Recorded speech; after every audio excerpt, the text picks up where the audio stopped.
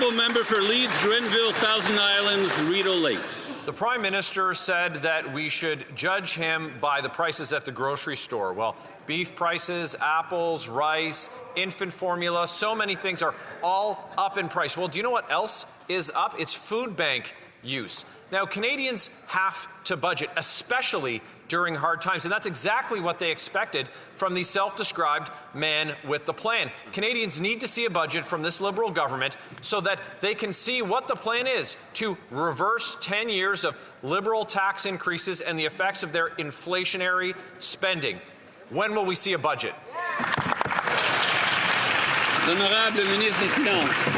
Well, Mr. Speaker, I'm sure my colleague will be happy because we're actually reducing tax for 22 million Canadians. I'm sure he's going to rejoice this evening because tomorrow or in the coming days he will have the opportunity to put his vote where his mouth is, Mr. Speaker, because he wants to support reducing taxes. Well, we'll give him a great opportunity to vote for reducing tax for 22 million Canadians. I know Canadians are going to be watching at home. We're going to be watching on this side of the aisle to make sure he does the right thing for Canadians.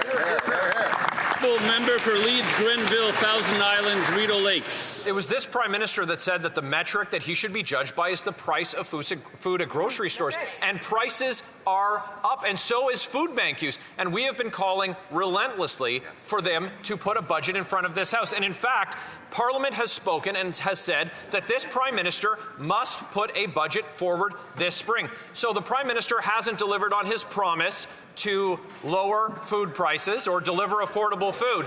Will he at least respect the will of Parliament, respect the majority of members in this House who have called on him to produce a budget so we can see that plan? Hear, hear. Honourable ministre des Finances. Mr. Speaker, we take note of the vote of Parliament, but in fact, the people in his riding and my folks from Shawinigan will be watching to make sure that the Conservatives are actually voting in line with their values, Mr. Speaker, because in the coming days, they will have this great opportunity. We're giving them a golden opportunity, Mr. Speaker, to show to Canadians that they care, that they want to reduce their taxes, that they want to help 22 million Canadians. We're all going to be watching if they're going to do the right thing. We certainly hope so, Mr. Speaker. Member for Edmonton Southeast. Mr. Speaker, Canadians are getting crushed at the grocery store. Food inflation since the start of this year is out of control. Beef is up by 34%.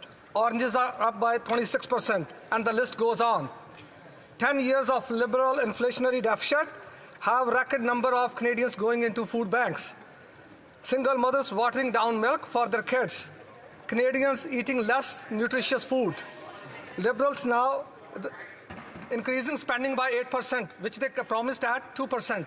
Will they table a budget that will actually reduce inflation so Canadians can afford to feed their... The Honourable Minister of Jobs and Families. Mr. Speaker, since 2015, we've seen a significant decrease, not only in child poverty, but in youth poverty, in seniors poverty. That means, Mr. Speaker, that the measures that we're putting into place to support Canadians, whether it's the Canada Child Benefit or dental care, Mr. Speaker, whether it's affordable child care across this country, Mr. Speaker, it's working for Canadian families. Of course we need to do more. Of course we need to stand up to the United States, and we'll do that, as my colleagues have outlined. But these Conservatives need to get on board and be part of the solution. The Honourable Member for Beauce. Mr. Speaker, yesterday, Donald Trump brought in 50% tariffs on steel and aluminum. This is a frontal attack on our economy and Canadian workers. I spoke this morning with 2 steel producers in my riding, and we can see that the effects of these tariffs will be devastating. $200 million will be lost in trade with the U.S. Hundreds of jobs are at stake. This Prime Minister during the campaign said that he would stand up to President Trump, but now the Liberal government isn't doing anything. What would this Prime Minister say to the constituents of Beauce who are very worried about this? The Honourable Minister of Industry. Thank you, Mr. Speaker. I fully understand and respect my colleague's point of view, and that's why I will be very pleased to work with him in order to help the Beauce businesses he mentioned. We are preparing funds to help these businesses. Let's work together